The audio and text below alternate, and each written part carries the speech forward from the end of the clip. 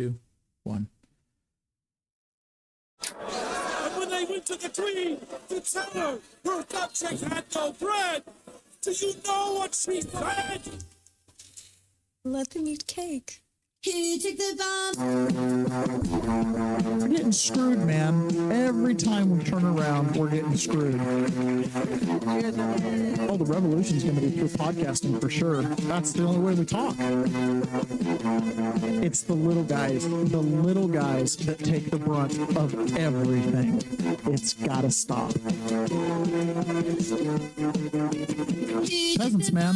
We're just peasants. Every one of us. You watch those old movies, you see the peasants in the background with the kings and queens walking around. We're those people. We're those people.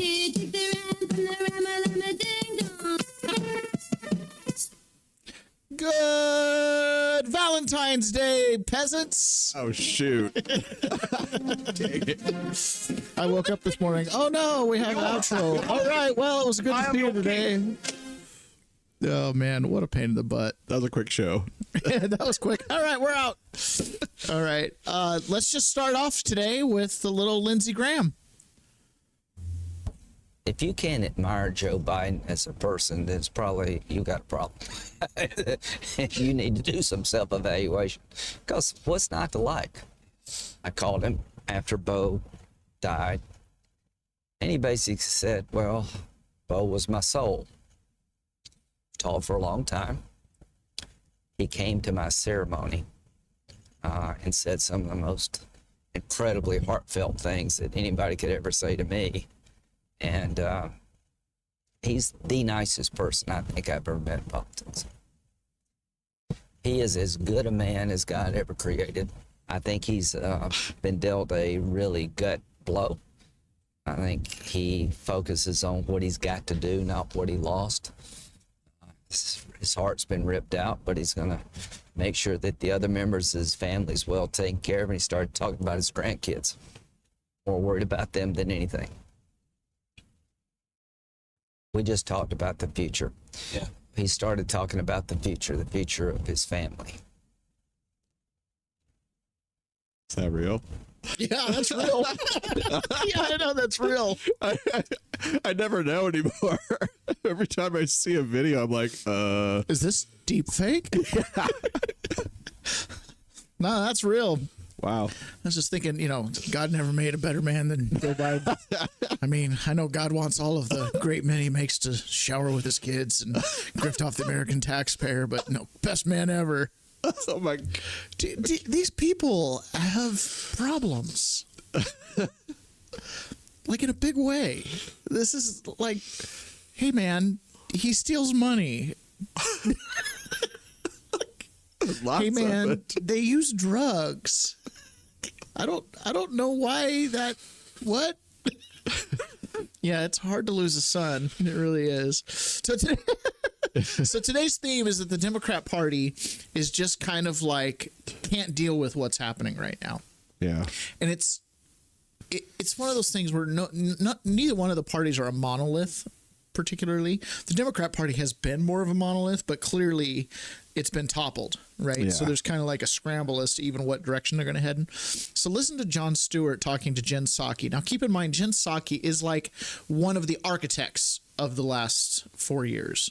She worked in the Biden administration in the State Department. She's one of those people in that nasty picture of all the holdovers that were going to go help Trump, fight against Trump, that stuck around in government to fight. She's the one with the picture with the hammer and sickle hat on. I mean, she's just an architect of the left. She's kind of become one of those really influential people. Obviously, she was the secretary of the press secretary. She was a for the pretty first good half. press secretary. We'll circle back on that. Effective.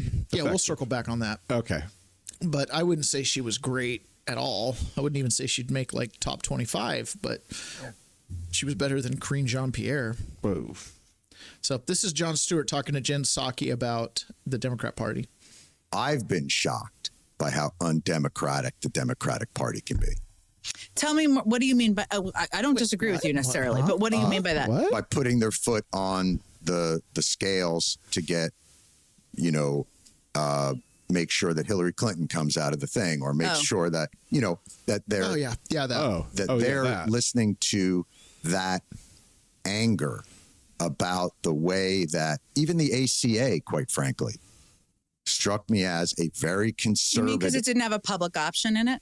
Correct. That it didn't address the very thing that was causing the foundational upset. If I were to break this down narratively, what I think the Democrats have forgotten is government may not be perfect, but it's the only thing large enough to offset multinational corporate exploitation and corruption. Mm-hmm.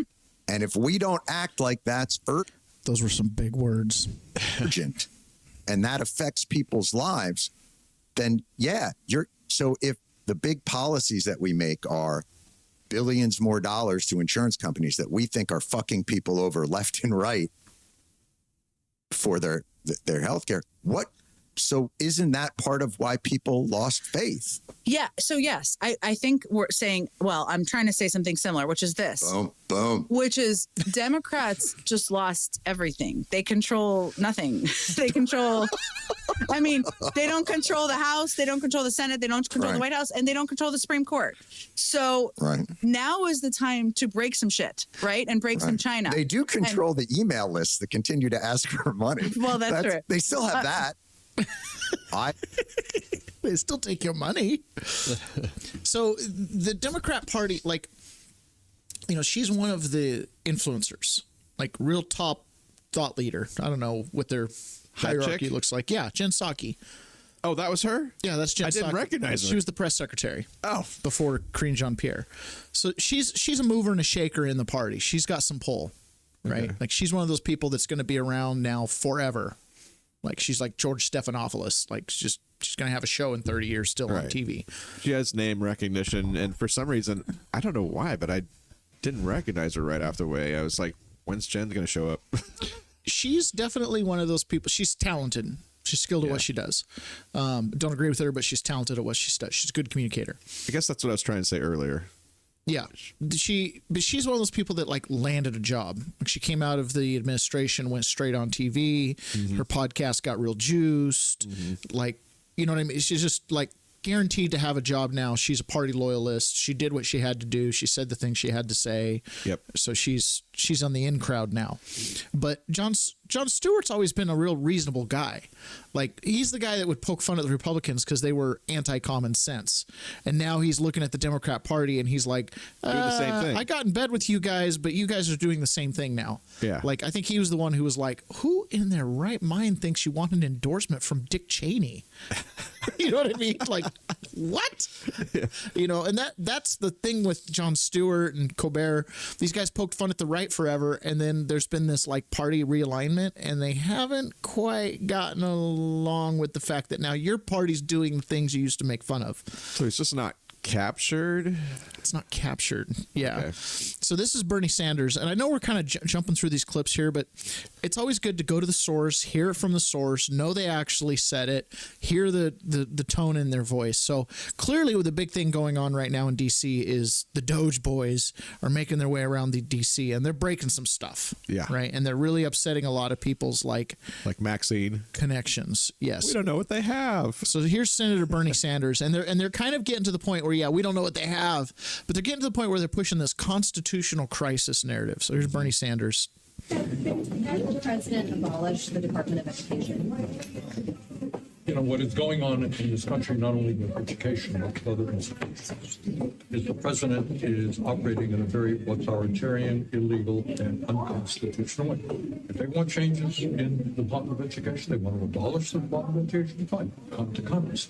That is the process. That is what our Constitution is about. We have 3 separate branches of government: executive, the legislative, and the judiciary. We are not and cannot and must not move through all power in our hands. Senator, does that mean you're worried about oversight for somebody like Robert F. Kennedy Jr.? Like, once he's confirmed, are you concerned that you won't have that? I am concerned that there is a real look. It is a little bit weird, just a little bit weird, that the president of the United States is now head of the Kennedy Center. My only person in America think that's a little bit strange. We have other people who know a little bit about culture, maybe even more than the president. But what is clearly happening in this country right now, every single day, with Musk with President Trump is more and more power going to fewer and fewer people, and often people who have huge amounts of money. Can you tell me about your decision to co-sponsor Kane's Gaza bill? I'm just Interesting. Huh. Interesting. So Bernie Sanders is one of those interesting people, because if he'd had ever gotten the mantle of power, he would have used it like your traditional authoritarian communist. He would have absolutely gone in, done the long march through all the institutions, shattered everything, fired anybody that wasn't politically aligned with the agenda. He'd had absolutely no remorse for doing it, because this is the thing that the people want. This is what we got to do. We need to fire everybody that is a Republican. You know what I mean? Like, clearly we can only work with one party rule. Like, he's one of those guys, you know what I mean? Like, we cannot have opposition. This is stupid. So for him to be like, all of a sudden, like, we have 3 branches of government. There's this thing this concept of they use your virtue against you, right? So Republicans are always like, we want to do constitutional, want to do this. And then Democrats are like, we'll just do it however we want to do it as long as we agree, right? And Republicans are like, no, let's be conservative. Let's like maintain our form of government and, you know, checks and balances, and, you know, let's keep the power diffused broadly. And the Democrats are like, no, let's concentrate it in the secretary cabinet heads. And, you know, if anything, we'll just break up the presidency so we can share that power a little more. But ideally, we want to make sure these cabinet secretaries have power next to God. So all of a sudden, now that Trump's coming in and he's making sweeping changes, and not the kind of FDR changes where you're growing government at such a rapid pace, he's dismantling government at a rapid pace, and these guys are just in a panic. The Constitution, the Constitution. You know, it's like they use your virtue against you every freaking time. Here's Sheldon Whitehouse warning us about what's going to happen with Kash Patel. Again, the level of panic is stunning here. This isn't like your normal news cycle where there's always a little Republicans pounce story or whatever. These guys are like in a disorganized, discombobulated, it's coming at them from every direction panic. And I didn't think it could get worse than post November 5th. And now that we're post inauguration, it did amp up. Like their panic level went from, 1 to 2. It doubled. Who defends us against Russian intelligence operations and Russia's criminal operations in the United States? It's the FBI, it's the Department of Justice, and it's our intelligence community. The people in charge of each one have sent powerful signals that they are shutting down our defenses when it comes to Russia. And we're about to head to the Munich Security Conference, where we are seeing Mr. Art of the Deal and his operatives giving away every piece of leverage that we have over Putin with respect to Ukraine. Nice nameplate, Mr. Whitehouse. It is unilateral disarmament to throw Ukraine under the bus and give Putin what he wants. So mark my words. This Patel guy will come back to haunt you.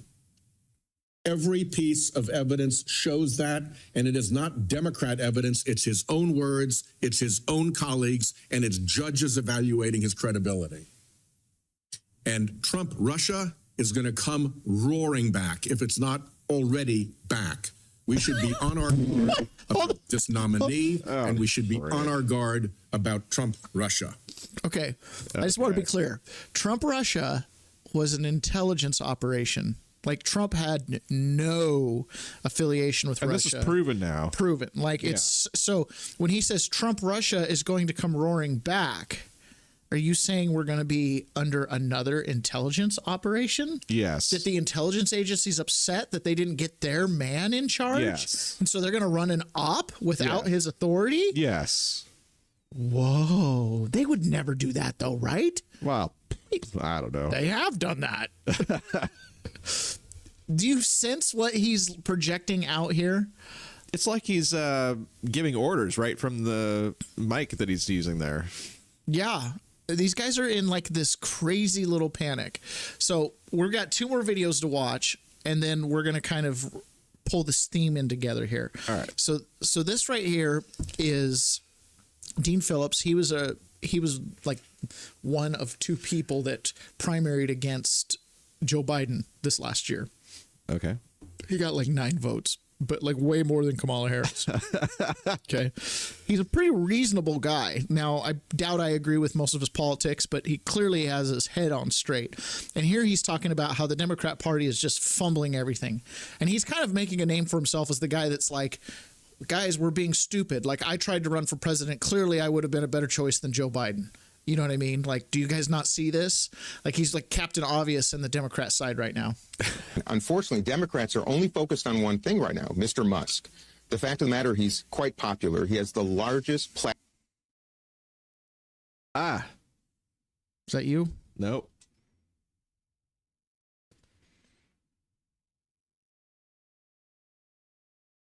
Technical problems, maybe. Unfortunately, Democrats are only focused on one thing right now, Mr. Musk. The fact of the matter, he's quite popular. He has the largest platform. Refresh. This might be we might have to get a new computer for you. I just got this computer. It's like a Unfortunately, week old. Democrats are 2 weeks old. All right, only focused on one thing right now, Mr. Musk. The fact of the matter, he's quite popular. He has the largest platform in human history, which is, of course, Twitter/X. And I think we're missing the boat as Democrats. And all I'm saying is that sometimes it's better to join them and actually play a role in how the strategy works rather than so pathetically, frankly, try to combat something that clearly is a steamroller, and Democrats are being steamrolled. Unfortunately, Democrats are only focused on one thing right now, Mr. Musk. The fact of the matter, he's quite popular. He has the largest platform in human history. Sometimes it does that. I don't catch it. So, you know, he's basically saying, like, look, you guys are like hyper focused on this Elon Musk guy. The problem is your hyper focusedness is never going to work because this is who Elon Musk is. This is from another representative. Elon Musk does have a security clearance. He has a top secret security clearance. By God, he makes the rockets for NASA. But the suggestion that he somehow can't be trusted to dig into how we're spending our money is nothing but a smokescreen to hide the corruption and the wasteful spending that has occurred there. Duh. And I am personally offended at the left's continued references to 19-year-olds and 21-year-olds in there doing work. There are 19-year-olds who have won the Medal of Honor defending this country. Just because you're 19 doesn't mean you're some child who can't be trusted. It is offensive. And if you're 19 years old out there, 20 years old, and you're serving this country, by God, your service matters. Keep serving. We thank you for that. So the Democrats just keep picking the wrong horse. That's messaging. Trump does... Elon is invading our privacy and he doesn't have the security clearances. Actually, he builds rockets for NASA. You know what I mean? Have you seen all these bumper stickers on Tesla, like Elon sucks? Uh-huh. What is up with that? It's because clearly Elon was a massive climate change guy, right? Like forever. In fact, he's backed off that a lot in the last 2 or 3 years, mainly because the science has been so faulty. He's finally kind of like, ooh, right? But he, and obviously they're the first to market with the electric car in mass. Yeah. And so it'd be very popular amongst like hippie yuppies and environmentalists and left, like the ones with money. Yes, but extremely popular. Like, you know, yeah, nice cars. They look sexy. They fit right in next to the Ferrari. They're just as fast. You know what I mean? Like he was such a science and, you know, futuristic guy. He just had a huge cult following amongst like the center left, even the far left, because of his environmental stuff. So for him coming so far over, there's a lot of people who own Teslas that are like devout socialist yuppies, right? That are like, oh, now we hate the far right extremist Elon Musk, but I love my electric Tesla. Yeah, I know. That's the thing. It's like, I hate the guy that made this bitchin' car. Yeah, that's exactly what it is. And I hate him so much. I got to put a bumper sticker on this car that I love so much I can't sell it. It's exactly what it is. Oh my gosh. Okay, so all right, now we're going to get into where you've got the USAID and the Doge, who's not just coming around USAID, it's coming out Department of Education. It just made its way into the IRS. Because what we saw at USAID was like the concentration of all the CIA operative money. But you've got similar dumb stuff coming from every single department. And so as they collapse in on these departments and start digging them through, as they start looking under all the stones, clearly you can see the panic. People are like, we don't know what they have on us. This is just unconstitutional. These are separation of powers. You know what I mean? Like how dare you not fraudulently spend money? You have to follow the law. It's like, which law? Participate in the fraud or not send the check? Seems like not sending the check is the smaller problem. You know, it's a separation of government. So here is Doge. This is this isn't Anna Paulina Luna. This is another congressional hearing. And see, this is happening wham, bam, really fast. These are just hearing after hearing after hearing that are kind of flying by. And this is that smoke screen, right? Like the Doge thing and barking about Elon Musk takes up airtime. Meanwhile, in the background, we're starting to see things come out in these committee hearings that are pretty stunning. Listen to Representative Perry. Who's in charge of Afghanistan getting the money? And that money I just mentioned, the $697 million, is on top of and is in addition to the weekly to every 10-day shipments in cash of $40 to $80 million. Woo. Afghanistan is ruled by folks named to the Taliban. Sarayudin Haqqani. The Haqqani network mean anything to anybody in the room? How about Abdullah bin Laden? Who gets some of that money? Does that name ring a bell to anybody in the room? Because your money, $697 million annually, plus the shipments of cash funds madrasas, ISIS, Al-Qaeda, Boko Haram, ISIS Khorasan, terrorist training camps. That's what it's funding. If you think that the program under Operation Enduring Sentinel, entitled Women's Scholarship Endowment, which receives $60 million annually, or the Young Women Lead, which gets about $5 million annually, is going to women who, by the way, if you read the Inspector General's report, is telling you that the Taliban does not allow women to speak in public. Yet somehow you're believing, and American people are supposed to believe, that this money is going for the betterment of the women in Afghanistan. It is not. You are funding terrorism, and it's coming through USAID. And it's not just Afghanistan. $40 million a week. Okay. First impressions. What are your thoughts on that? My first impressions? Yeah.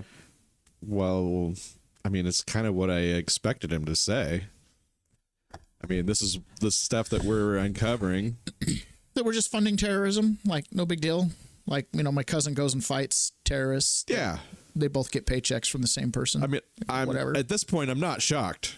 Yeah. At all. So imagine how numb we are. A little bit. That you just had a guy just be like, so we're sending $67 million a month, big number, a month, by the way, in cash. Rush Limbaugh used to say, we're paying in cash. So going to the Taliban that we just spent 20 years fighting. Yeah. You know, we're funding Israel. We're fuzzing Hamas. Yeah, why not? Do we really want these things to resolve? Like, it just makes you sit there and go, you know, target practice is expensive. Waging war must just be an absolute fortune. You know what I mean? Like I got to take out a HELOC to go target practicing with my 5.56, which I'm now legally allowed to own, right? Thank heavens and Donald Trump. But it's expensive, man. Yeah. It's expensive. How are they waging war without the money? Oh, we're paying for it. Yeah. Oh my gosh. Well, you got to have a well-funded enemy if you're going to be lobbing lots of missiles and spending a lot of money on bullets. I mean, you got to have both sides kind of equally armed so that it's a fair fight, right? We always think of this corruption like, you know, it's Hunter Biden with a shell company peeling off a couple $1 million here or there, taking a bribe, and that's all horrible stuff. But this is like, okay, let's pretend there's not one single person grifting a dollar out of these programs. So it's all going to the Taliban, and it doesn't get grifted or broken up or corrupted until it gets there. Okay. Are we still stupid? You know what I mean? Like, okay, there's this kind of fraud right here. To Doge just for a second. Earlier, the subcommittee headed by Chairman Marjorie Taylor Greene, her and her staff discovered $2.7 trillion in improper payments to Medicare, Medicaid, overseas, to people who should not have gotten it. Some of this room might have missed that press conference. Can you elaborate on what the president is thinking at this point? Well, again, that's another example. There's a very long list of the fraud, waste, and abuse that Doge is identifying on a daily basis. Elon Musk also talked about yesterday about Social Security payments that are going out the door for people who are no longer with us. Unfortunately, I would say that is certainly fraud. There's also a lot of contracts they've identified that, just as a hypothetical example, are $1 million, but only 500,000 went out the door. So where's the rest of that cash? And so that's the thing. Those are the things that Doge is working on every single day. And I would just remind everybody in this room, this is what President Trump campaigned on doing. He's delivering on a promise that 70.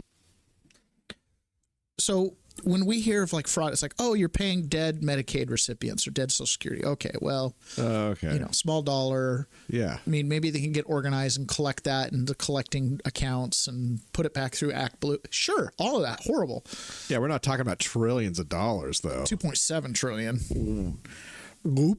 That went overseas. That didn't even go to anybody that deserved any of it, period. Yeah. So where did it go? Poof. We will never know, my friend. We will never know. There was a, I should have saved the video. I didn't think it would fit in. It would have fit in right here. But there's a British parliamentarian that's really upset because his wife gets grant money for some research she's doing that he described that I can't remember what it was, but it was complete nonsense. Okay. And there was like $8 million in their account and it got taken back, and they're all upset because they can't continue this completely total nonsense research in England without money from America. And he's like super upset at Elon Musk. Boo-hoo. I'm like, if they clawed it back, if it's a valid purpose, you'll get it back. I know how the government works, but if it's not valid, find your own $8 million. Find your own $8 million. Yeah, seriously. Okay, so that's like this, the 2.7 million, when I see it coming out of here, I'm like, oh, this is just bad money management, whatever. But when I hear about them funding Afghanistan, I'm like, oh no. Now you're talking about life. You're talking about war, right? Like you're asking our sons and daughters to sign up for the military, and then you're funding the enemy that's going to be shooting at them. Right. It's no longer just white collar crime. It's untenable. Right. It's untenable once it becomes public knowledge. Like, if you're a Democrat and you're like, well, we have to keep this funding because the transgender quail in Georgia, right? And they're like, okay, so in order to research the transgender quail, I also have to fund the Taliban? Do you see what I'm saying? Like, you're arguing stupid. Yeah. So this is Anna Paulina Luna, again, talking about USAID and where this money goes. And USAID has absolutely broken the trust with the American people and not been transparent about where our taxpayer dollars are going. There's an individual by the name of Mike Benz. He actually served over at the State Department for a while, and he's been going on to expose a lot of what USAID has been doing, which, being a member of oversight and being on this committee, I wanted to verify and see if he was telling the truth, which, much to my disappointment, he was.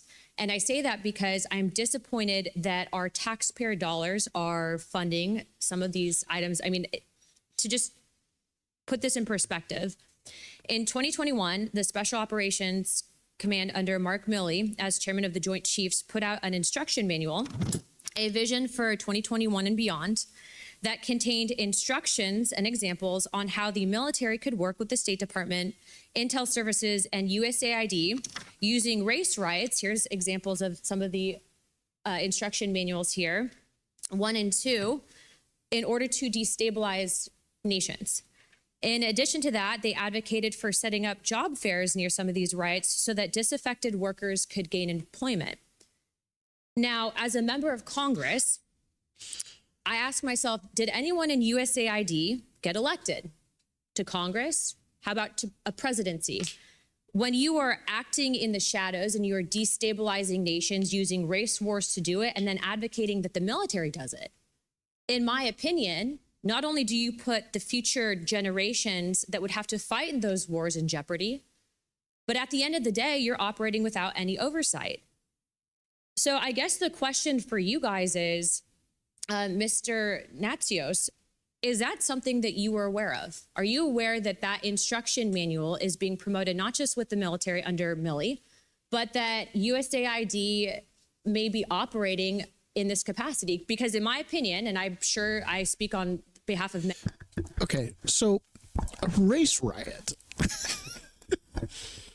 You're fomenting racism as the United States government to accomplish a political means? A political end? Well, that's what it felt like. Oh, they were talking about foreign governments, but is there a possibility they might have run the script here? Hell yeah. Are you kidding? Like, it's a constant. I find myself like constantly looking around being like, what world am I living in? Like, I just got out of federal prison. Let this sink in for a minute. Okay. As you're driving quietly to your local gas station you go to every day, or your grocery store to get your milk. They ripped me out of my house, put me in chains, put me in holding cell after holding cell, kept me locked in rooms and boxes, one bigger box outside of another box, right? Constantly for 14 months. These people are serious as a heart attack. There's people sitting in federal prison because they got $70,000 on PPE loans that they didn't repay back or weren't supposed to get or whatever. Basically, they just inflated their revenue on their PPE loans. I sat in prison with a guy that did that for 70 grand. Okay, 70 grand. And here we're talking about trillions of dollars missing. Every single person that's cashing the check for dead grandma's Social Security is a felon. Okay. So you're either talking about hundreds of thousands of people that have committing financial fraud against the people of the United States, or you've got some organized groups collecting that. I don't care what it is. Every one of those checks that gets cashed adds up to be serious theft. When we're talking about funding wars and promoting race riots, that goes against all of our moral principles. You don't think there's a cost for that? Like, these people are insane. They will send your sons and daughters to die and pay the enemy to shoot them, and profit off the bullets and tanks and bombs. I guess both sides. Yeah. And then they will send you to prison for speaking up about it. Yeah. Like, this is, you stole an election. We didn't have a president for the last 4 years. You guys had all the power on November 4th, and Kamala's going to win in a landslide. And now who's in charge? There was nobody in charge on November 4th. Yeah. How many trillions did the Treasury print? All these news companies that were blowing so much wind into the sails of Kamala Harris were getting paid by the United States government, which I saw a chart today. It was like 97% Republican or Democrat, excuse me. Oh. I mean, the entire apparatus is geared to help out Democrats. And they still couldn't pull it off. You know why? Because you suck. Because there are only two genders. Because it matters the price of milk and the price of eggs. Because it matters when we're engaged in 2-decade-long foreign wars that we're paying them to fight us. Well, and most people are good people, and they're just not putting up with this crap anymore. They're not. We're tired of it. You do reach a breaking point. Yeah, they've reached it. And we're at that breaking point where it's like enough people have said it's enough. But this is one of those things where it's like, okay, and you walk into your house and you can smell something's rotting and you're like, where is it? And you're walking around and you're like, is it a baby diaper in the couch? Is it coming out of the bathroom? Is it coming out of the kitchen? And you're just walking around looking for it. And you get closer, it's stinkier and stinkier and stinkier. It's the dog. And then when you finally see the source, you're horrified beyond all belief. That's how this is. It's like, something's not right in our government. It smells funny. Okay, well, eventually the smell gets so bad, you're like, hey, we got to get rid of Lupe, the cleaning lady, and get someone new. Like, okay. So now that we have the new cleaning lady in, all legal, of course, past E-Verify. But now that we have the new cleaning lady is this orange man, and he's like, hey, it's this rotten trout in the garbage can over here. You know, it's like, oh, it's bad. But do we know how bad it is? No. The bias of normality as you're driving down the road listening to this or doing your little exercise or weeding in the garden, whatever you're doing, like your bias is just that it can't be that bad. You're projecting your goodness onto these actors that have completely normalized their criminal behavior. I saw this when I was in prison. You'd come in and you're like, I got to change my life. I got to follow the rules. And there's a lot of people that are in the lower security level prisons that are like, not criminal minded. They made a mistake. They over applied for PPE loans, tax issues, got entrapped on a dating app in some solicitation thing. These are not like people that are just criminals for the sake of being criminals. But then you have people that are criminals for the sake of being criminals. Like legit, they're just there to break the rules. There's a rule, I'll break it. Like they get a rush. Okay. But when you spend enough time in jail, and the way that it's set up, eventually you do start becoming criminally minded. You start stealing from the chow hall. You start smuggling things around. You start hanging on to contraband. Problem is, contraband is broad. It can be everything from cardboard to pornography. It's proximity to accepted behavior. Yes. So you're kind of in this, becomes normalized. It becomes so normalized. And that's what I think's happened in America is we're so used to politicians just being a little corrupt. Like, oh yeah, they built that big highway project. We got the highway. Their cousin got the job. The job got built. It was probably more expensive than it needed to be, but at least we have a highway. You know, and his cousin. The money's local, so now it's helping out the local economy. So you know, water under the bridge. Water under the bridge. There's a show with Sean Penn called, I think, The King's Men. He was the governor in Louisiana, and he kind of did the same thing. Well, I'm going to build a highway, and you know, we're going to employ you rednecks out here, and like he takes over Louisiana back in the day because he's a populist governor. Well, there's a lot of people that didn't like that.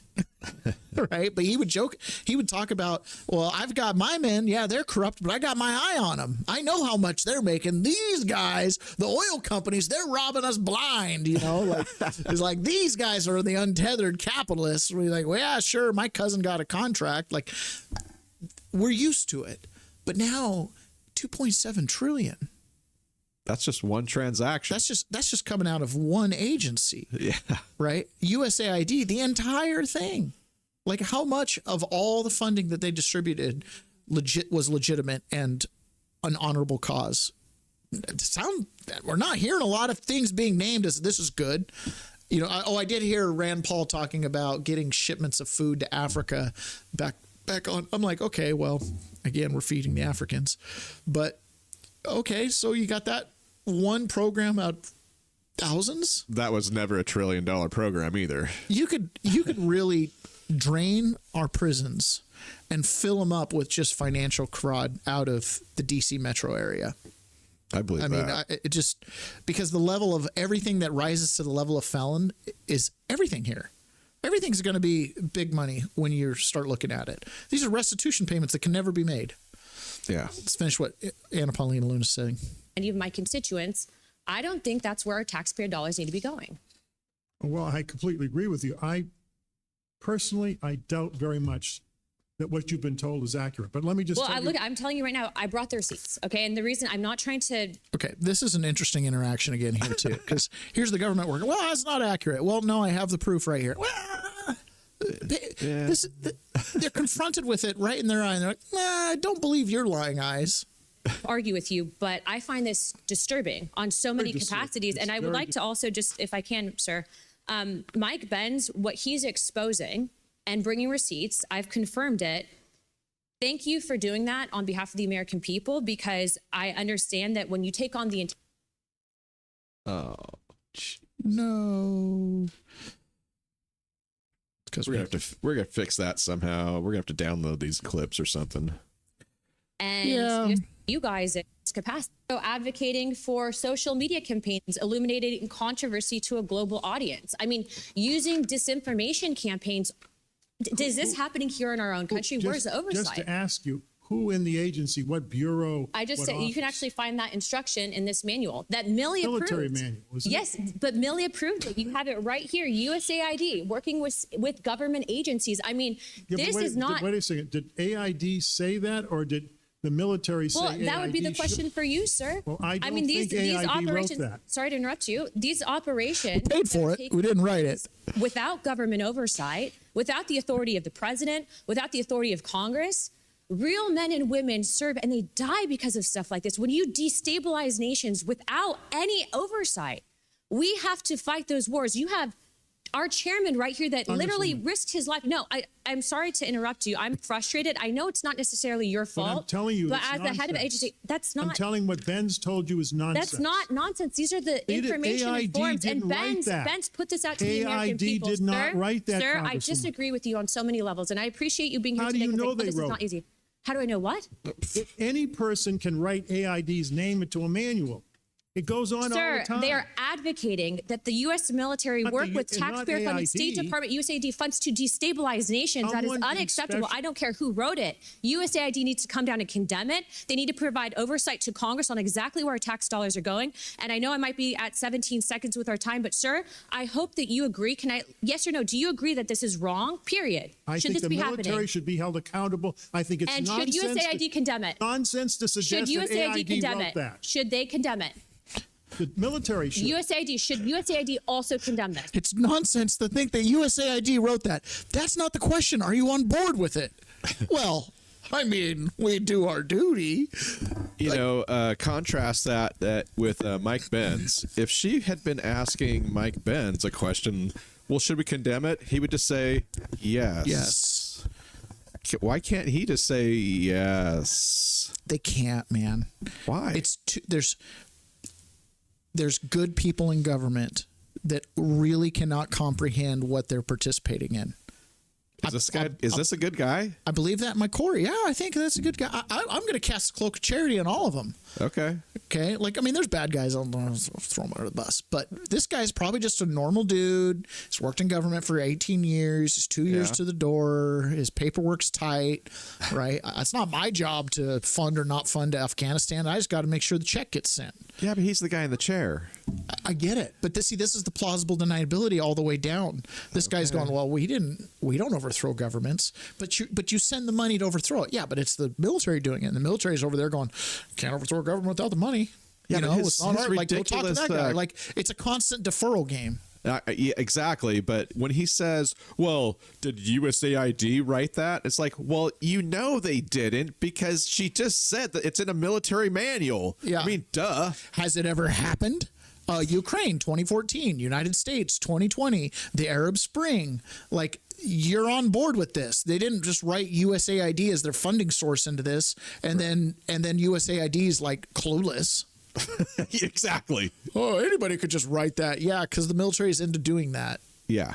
Okay. So this is a little bit longer clip. This is Rand Paul. It's always a little bit longer because they don't have the time constraints that the House does. But he's talking about USAID as well and the Democrats. Thank you. The accusation or criticism has been made that this is an unserious hearing full of conspiracy theorists. Well, the Democrats were asked to participate like they always are, the same way we were when we were in the minority. They could have brought a witness. They chose not to even bring a witness. I can't conjecture as to why, but maybe it's because it's so embarrassing, the stuff that USAID is spending their money on. Who could possibly be against ending $2 million for sex change surgeries in Guatemala? Okay, so the Democrats not showing up at these committee meetings, not bringing witnesses, just slandering it, calling it conspiracy theorists showing up. This is not a tactic I've ever seen the Republicans do. They show up, they bring some counter witnesses, right? But the Democrats, when they don't want to talk about a subject, they're just absent completely because now there won't be any viral clips with Sheldon Whitehouse freaking out about Kash Patel or anything because they just can't touch this. This is the same tactic that senators make when they want to move up and, like maybe Obama when he's a senator and there's a vote coming up.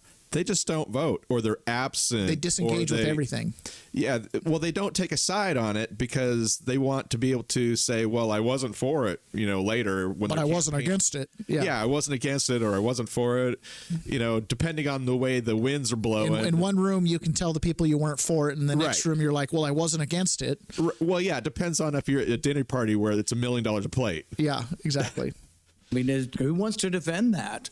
I haven't heard anybody yet defend the waste and malfeasance that's going over there. $3 million for girl-centric climate change. Maybe there's not a witness here. Maybe it's not serious. But I don't hear anybody explaining why we should continue to do that. Now, there is a legal question. There is a legal question. If there's $40 billion in USAID and they don't spend it at all and it just sits there, can the president impound it? This is a real question, and it may come to that. But I don't think any court is going to find that the executive branch cannot pause and audit spending. I mean, to crassly say and just to jump to this, it's illegal, it's unlawful, it's a tragedy, it's constitutional chaos. Well, auditing spending is what government should do. It's the traditional oversight that hasn't been done in a generation. That's why we're finding this stuff. It's been creeping up for a generation. $4.8 million for social media influencers in Ukraine. I mean, if people want to defend that, step forward and defend it. We are finding waste and malfeasance. You also have to realize that when you have a social agenda, and your social agenda is, LGBT, well, when you take that to a conservative country that has religious problems with that, and you want to foist it on them and fly flags, what ends up happening is that doesn't increase diplomacy. That actually goes against diplomacy.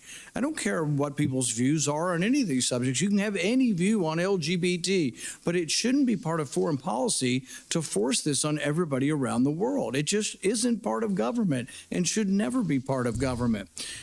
But we're only finding this out because we have a president with the courage, including the advice of Elon Musk, including the advice of a lot of us who have been saying for years, we need to look at USAID and make sure that they aren't committing fraud.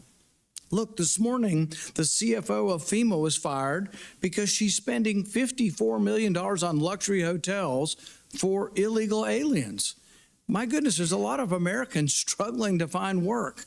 Laken Riley's killer, we flew him and put him up in a luxury hotel in New York. He was there for a few months. We spent all of our money on his meals, and then we flew him to Atlanta. And then he drifted over to Athens, and then he killed Laken Riley. Most Americans think that that's crazy and we shouldn't be doing it, but we are only finding it out because for once we have a president with the courage to say no, to go over there and put a padlock on the door and take the name down. But ultimately, there will be a legal question. Can he impound it, or will it have to come back to Congress? I actually, frankly, think the better way is spend about $30 billion and send $10 billion back, and we do a rescission. There is a method for doing that, and I hope that is what is done. But even on the impoundment question, there are questions exactly, and I don't think it's ever made it all the way to the Supreme Court. There is court precedent on it, but we haven't gotten to that. A pause in funding is an impoundment. A pause in funding to do an audit is just good government, frankly. The question I have for the panel is this, though. Mr. Chairman, may I just inquire? Sure. Because the chairman mentioned that we don't have a minority witness. I would suggest, and speaking out of turn here, because the ranking member isn't here and I don't purport to speak for him. We're docking your time for next week. I'm just kidding. But I would respectfully suggest that we have Paul Martin, who was fired as Inspector General, come before us. We didn't deny any witnesses. Your side did not put forward a witness. We did not deny any witnesses. You didn't put forward a witness. So, but I just think it's disingenuous to, to sit there and it is a personal attack on me to call this unserious and a conspiracy, a bunch of conspiracy. It's an attack on our witnesses as well. That is a pejorative, and that's name calling. All right, you're welcome to object to things they say and have facts to counter them, but to call this an unserious hearing of conspiracy theory, I never used that term, Mr. Chairman. Well, you said it wasn't serious. You said the hearing wasn't serious. The thing is, y'all chose not to participate in it, so that's on you.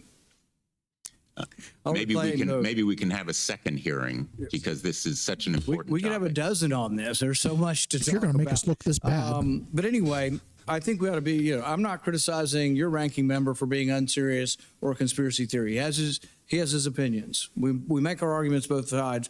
But if we call names and say, "Oh, well, your ideas are conspiracy theory," that's a pejorative, and that doesn't get us anywhere, frankly.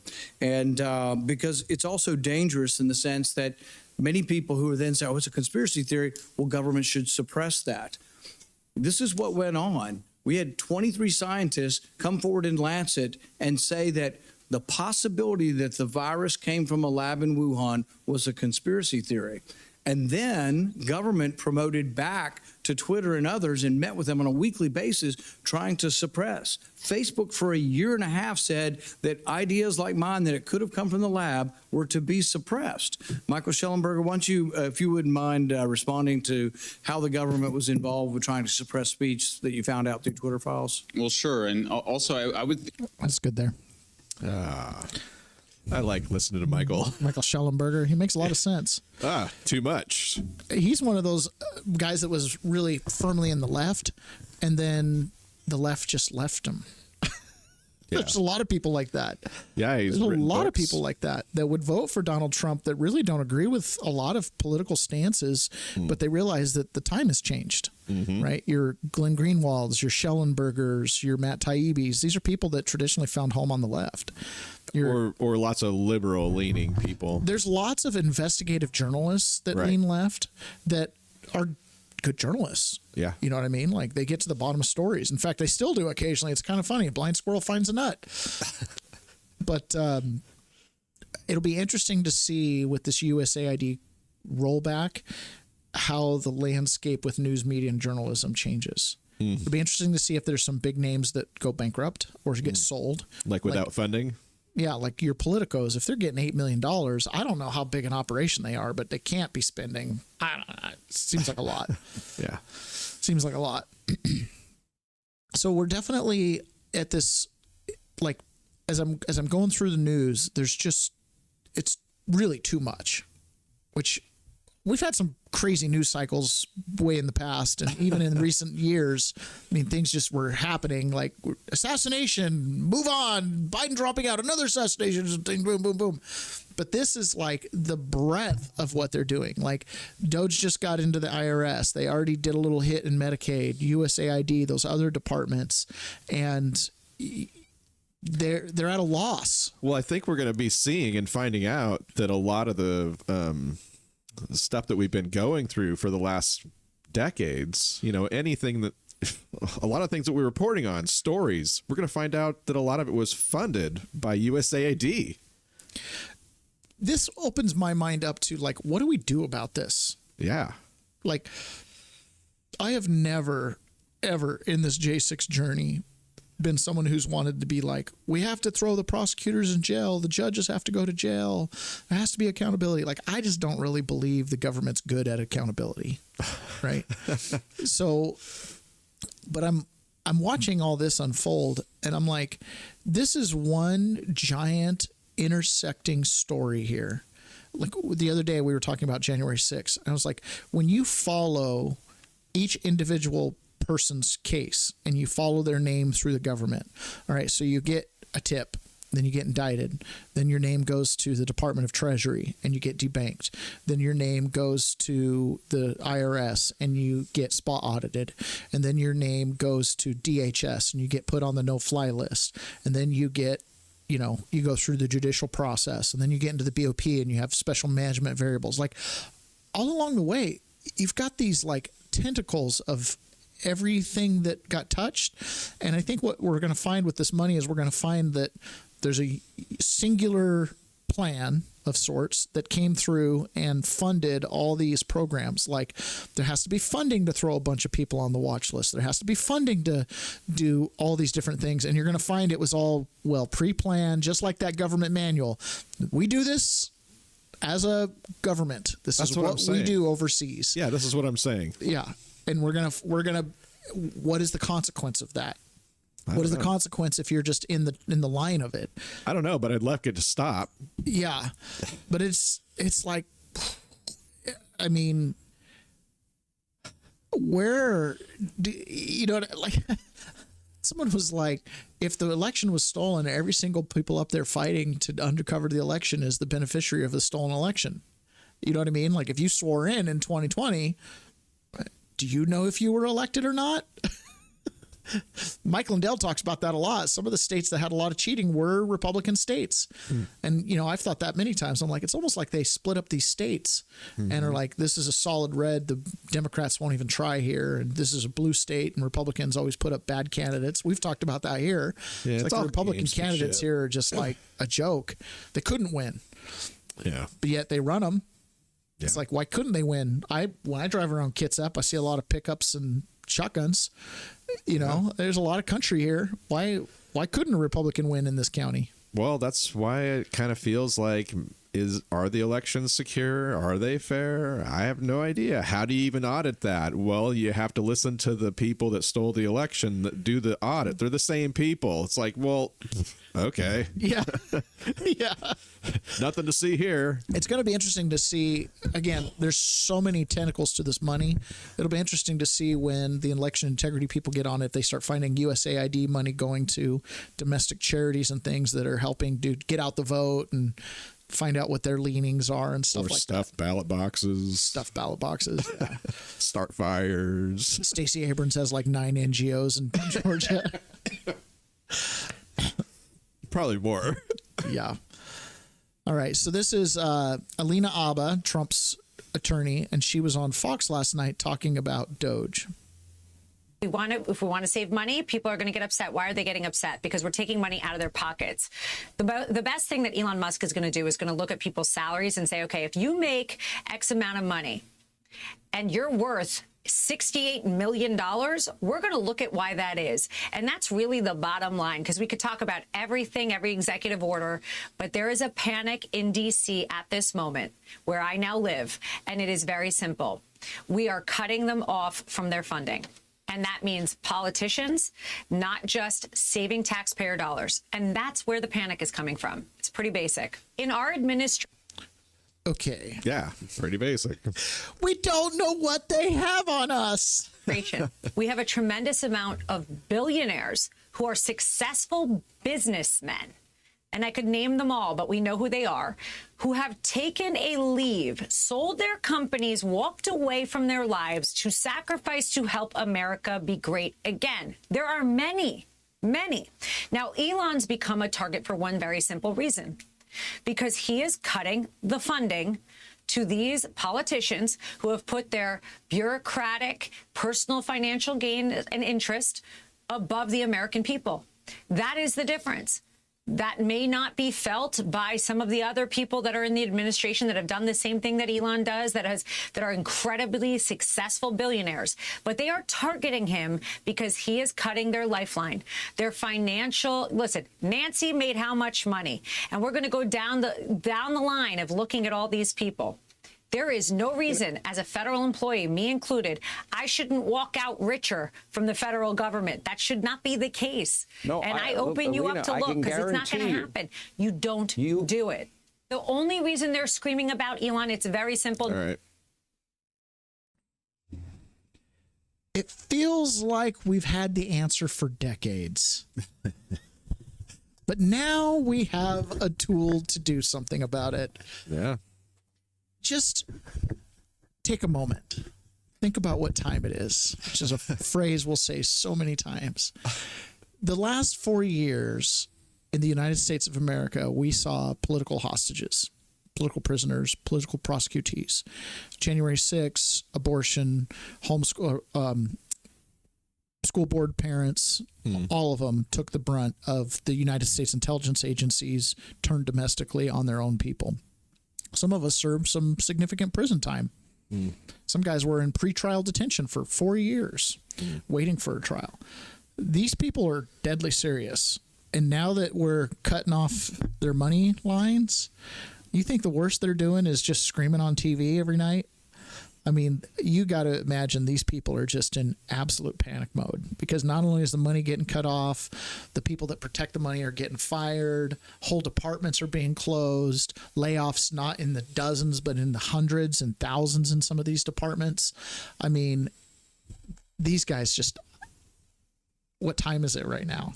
Like, this is cleanup time. This is, once you've seen it, you can't unsee it. 50% of America saw the corruption. 50% of America got behind Donald Trump and said, go clean it up. And he is, from what it looks like, he is uncovering it. He is shining the light, and the cockroaches are just totally scurrying. Yeah. This is so effective, though, that I'm really starting to get nervous about what the next distraction is going to be.